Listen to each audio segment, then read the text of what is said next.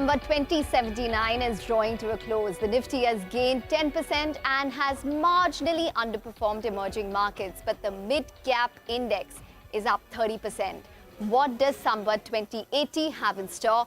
Will interest rates stay higher for longer? This is the Editors Roundtable. I'm Ekta Batra, and with me is Prashant Nair, Nimisha, Nigel D'Souza.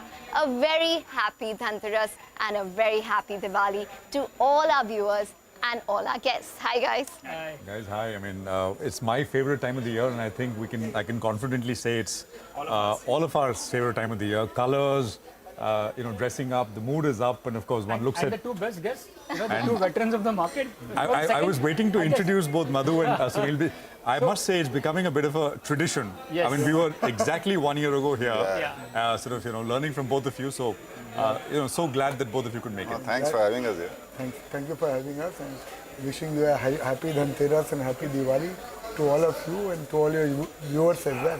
Thank you very much. Actually, let's do one thing. Before we go any further, Nigel, why don't you sort of recap the year for us, right? Yeah. I mean, how has the year been, somewhat to somewhat, for markets? Well, let me go across to the big wall. I've been doing this for the last 10, 12 years or so. So let's take stock first of how the data has panned out from last summer to this one.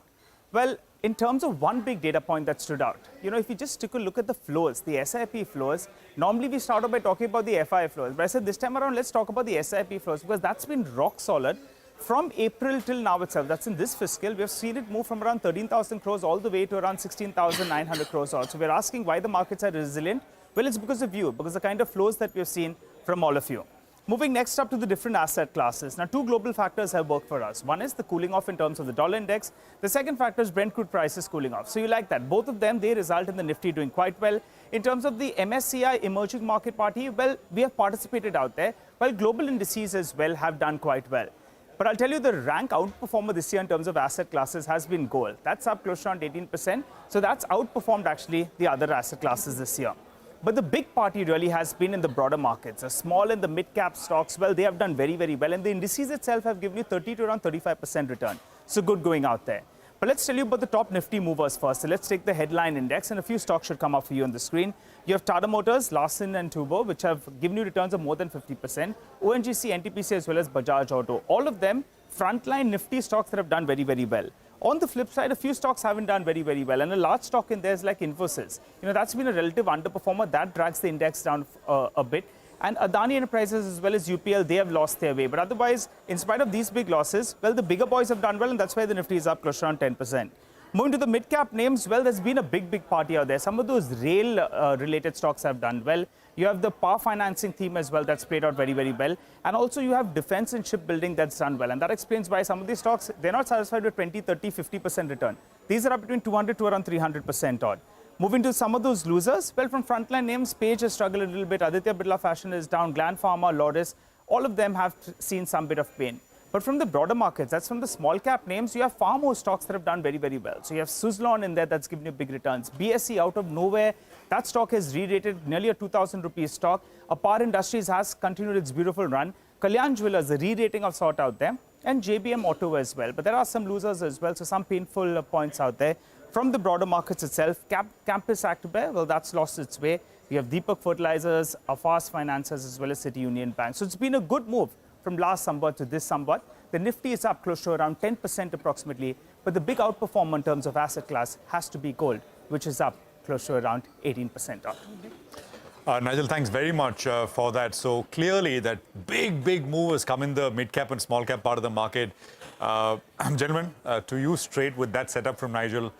And I want to start with the mid and small cap part of the market. 30% outperformance. I half jokingly say that the small cap index has been the strongest index, not just in India, but in the world.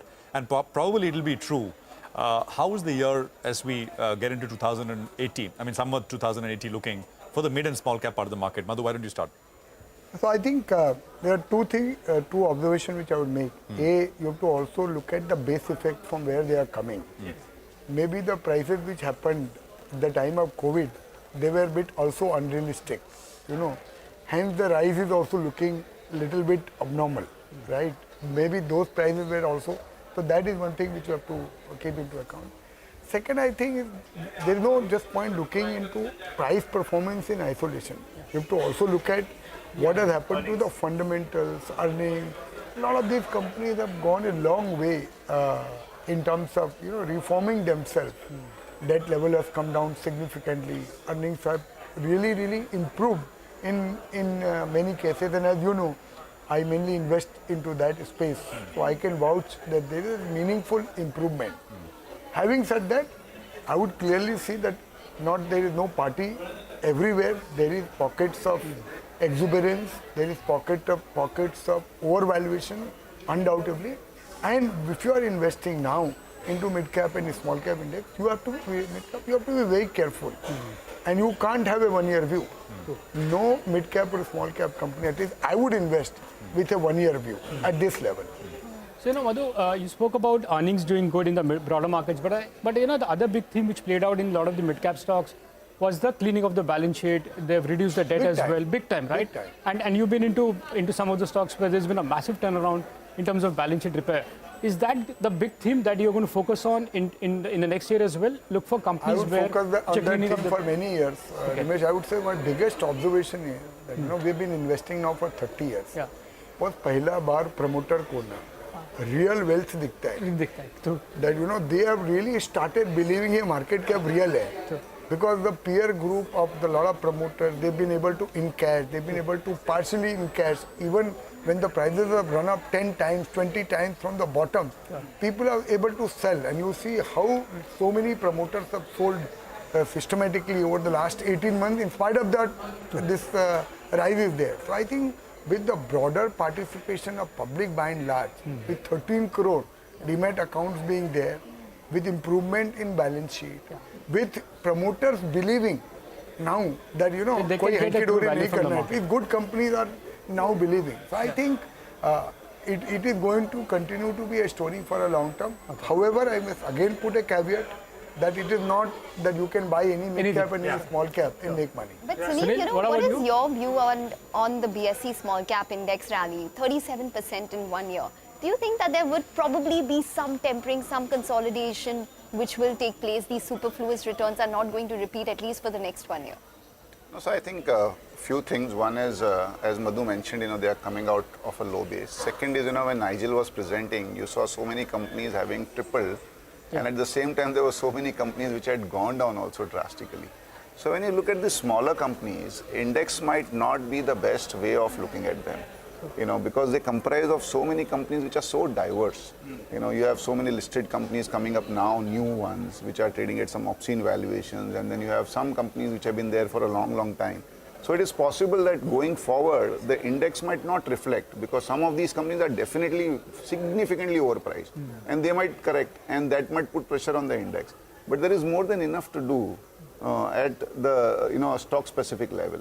And we are getting into a phase, we all mentioned about debt cleaning and all. See, what happened was during COVID and a couple of years post that, no company had the confidence of spending money on capex. So normally 75-80% of the corporate profit pool goes into capex. That fell to 45%. And that's why you saw this huge reduction in debt, because if you had no capex, you reduced debt. Now a lot of these companies have balance sheets which are light, businesses which are much stronger, and opportunity hopefully which is much larger. So when the phase of growth starts, I think you'll have to start now banking on companies which have the balance sheet, which have the business, and which can take or advantage of this huge growth ahead of us. So I would say I don't know about the index, but there is lot to do. I'll just make one more point. Normally we always tend to look at things keeping history in mind. But some of these things were not in history. Like the PLI was not there in the history. Right. So if you have 2 lakh crore rupees of PLI benefit flowing over the next 5 years, theoretically it means that there is 40 lakh crore rupees of turnover which has to happen. Right? And effectively 10-12% EBITDA margin, which means 5 lakh crore rupees of new EBITDA has to come. And I don't think in India anyone is going to forego any incentive which is provided to corporate sector. So now this was not there. Right? This was not there. So when we are comparing the past, valuation, we have to also look at the new factors which have emerged. One way many people put it is that the easy money is made. Is that an okay way to put it? Because both of you are stock pickers and you will always find opportunity. But for the audience which is watching, would you say, as Madhu put it, you have to have more than a 1 year horizon? It is not as easy. I think that was the message. Sunil, would you agree with that? So see, nothing is easy, and there is no easy It's not money. meant to be easy.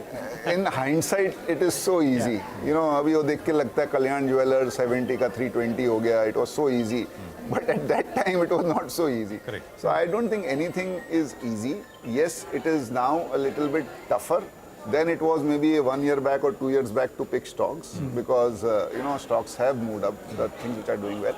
But I think that is the nature of the market. You'll always have phases where there will be consolidation, where there will be some events which might give you the correction. You know, 1 month back, there were stocks which had fallen 20-30%. They are back to the September level because Israel happened, Hamas happened. In March of this year, you know, post the Credit Suisse blowout. 31st of March was that. 16,500, and you were all talking about, you know, what will happen, God knows. People who had stock, they were crying that why didn't they sell and so on and so forth. So these kind of events can always happen. So I think markets are never easy. But, you know, if your return expectations are, you know, more considerate, there's more than enough to make. And, you know, this 37% index, I again highlight, you know, 37% index or a 20% or 30% index in mid-cap is not giving me the true complete picture. You know, there are so many stocks which have gone up 100, 200%. You know, there must be at least maybe 200 stocks which have double, tripled, you know. I think I'll make one very strong point. Yes, you know. See, the number of retail investors who have come in the fray from, let's say, 4 crore pre-COVID to 13 crore. Prashant, I am telling you, this is the first time retail investor has actually made money. Who was buying Suzlon at 2 rupees? Correct. You know, I don't think any institution was buying. तो किसी न किसी तक के तो घर पे वो शेयर था ना. Retail and HNI. Retail and HNI. I'm saying, but majorly retail. Retail is also made money. majorly retail, I would say. So if you look at the spectrum of depth, in the spectrum of the money which is being made by actual retailers, by fluke, whether they were losing money or they actually made money. They have actually recovered a lot of money. So if you tell me that the retail investors are going to go from 13 crore to 8 crore in the next 12 months, I will tell you, be cautious. Absolutely. And you just have to track the number of shareholders. In fact, you can do an analysis for every company. You can track now the number of shareholders every quarter. You will know what Madhu is saying. You know, the number of shareholders have gone up dramatically. You know, I won't do Samvat to Samvat, but just one point. I know that what we want to discuss with Madhu and Sunil is stocks and themes and sectors, but I'll make one quick detour, which is the global aspect of it as well. So I'll go across to the wall. The best at it, No, I'll just... so, you know, these are not stock returns, but this is, I think, will be a big theme as we go into the next year as well, right? So what we're basically doing is, this is not 1 year, but this is approximately 1.5 years. The question is, we got into a very large global interest rate hiking cycle, and now finally the question is being asked is if it is done. I mean, you know, now at some point the next action is going to be maybe a cut down the line, not immediately, but is the hiking cycle done? So I thought it makes sense to just put it in one place. I mean, the US, and unimaginable, I mean, 1.5 years back, rates were basically zero. US interest rates have gone up 550 basis points in the last year and a half. In the euro area, that's the deposit rate, has gone from negative to 4%, so that's 450 basis points. UK, you know, big 500 plus basis point increase. Australia, 400 basis points. In India, it went from 4 to 6.5%. There's a 250 basis point increase. And the only large place where interest rates still remain where they are, with absolutely nothing which has happened so far, is Japan. And that is the big one people are talking about, whether we will see something in Japan in the coming year as well. Madhu and Sunil, what do you think? Do you have a view, first of all? I know, you know, you guys want to talk about stocks, and we'll get to that in a bit, but is the hiking cycle done? Sunil? Yeah, so you know, you are right. I think this data is very startling. It is like a 30-40 year record in terms of the pace and the intensity of the hike. Now, if you come to the US, you know, the inflation has been very sticky. But one reason the inflation has been sticky in the US is because the labor as well as the real estate is a big component of their, you know, inflation index. Actually, if you see all the components other than these two, whether it is agri-commodities, metals, food, now even oil, they have all come down dramatically from where they were maybe a year or 15 months back. So logically, inflation should have come down. But because of these labor issues, labor tightness, and the real estate market, inflation was not coming down. Finally, the real estate market has started to crack. Because at 7.5% mortgage rates, I don't think anyone is going to buy a house in the US. Correct. And I think that's why our view is that inflation will start to now surprise massively on the downside as far as US is concerned. So I am a big optimist that with a $33 trillion debt, for US to pay 5% interest is 1.65 trillion. They would rather pay 3% interest rather than 5% interest. So it's a matter of time before interest rates come down. And I think there were two headwinds globally. One was the macroeconomic and the other is the geopolitical. So I think the macroeconomic headwinds are now going away. Maybe the growth will take some time, but our view is that inflation is coming down very clearly. And even on the oil side, despite what is happening in West Asia, oil is lower than when the Israel and Hamas conflict started. It is clearly showing that there is enough supply. Supply is being restrained. This is despite the fact that Saudi and Russia and all the others have cut oil production. It is not that they are producing at full level. And any company we meet has a 20%, 50%, 80% strategy of moving away from fossil fuel-based energy to solar and all. So I think we are getting into a phase where we can start to get good news coming in. Madhu, any thoughts? You want to add to that? Or why I'm smiling, Sunil is going to have a good laugh.